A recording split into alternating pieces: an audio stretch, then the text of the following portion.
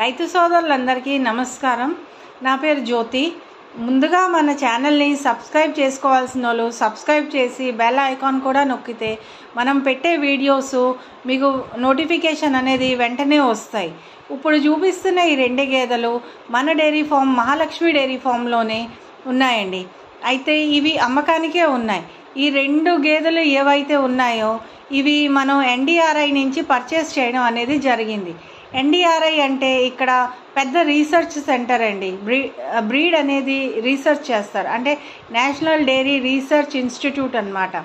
అయితే అక్కడ ఏంటంటే బ్రీడ్ అనేది డెవలప్ చేసేసి సంవత్సరానికి ఒకసారి ఆక్షన్ అనేది పెడతారు. ఆ ఆక్షన్లోనే మనం కొన్ని గేదెలు కొన్ని ఆవులు కొనడం అయితే జరిగింది. అయితే మన రైతు సోదరులకి కావాలంటే ఇవి అమ్మకానికి కూడా పెట్టాం. అయితే మీరు ఇక్కడ చూడవచ్చు ఈ 2 గేదెలు దాని స్ట్రక్చర్ కానీ హైట్ కానీ దాని అడర్ క్వాలిటీ కానీ అసలు ఎంత బాగున్నాయి అనేది చూడొచ్చు. అయితే ఈ 2 గేదెలు మిల్క్ కెపాసిటీ అనేది ఈ పెద్దది ఏదైతే ఉందో వెనక ఏదైతే నడుచుకుంటూ వెళ్తుందో దాని మిల్క్ కెపాసిటీ అనేది 24 లీటర్లు అండి. దాని కింద ఉన్నది కూడా ఆడదూడ. ఇప్పుడు జున్ను పాల మీదే అది 18 లీటర్లు ఇస్తుంది.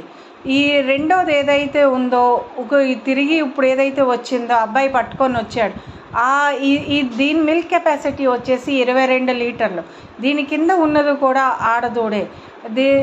ఇది కూడా జున్ను పాల మీదే ఉన్నది. సో ఈ 2 అయితే మనం అమ్మకానికి అయితే పెట్టాం.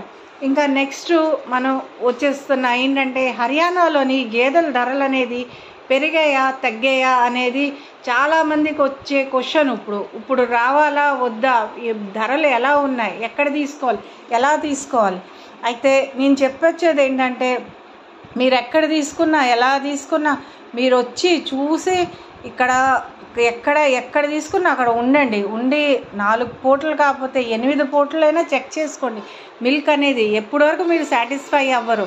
ఎందుకంటే రూపాయి 2 రూపాయలు కాదు, మనం పెడుతుంది లక్షలు ఇక్కడ.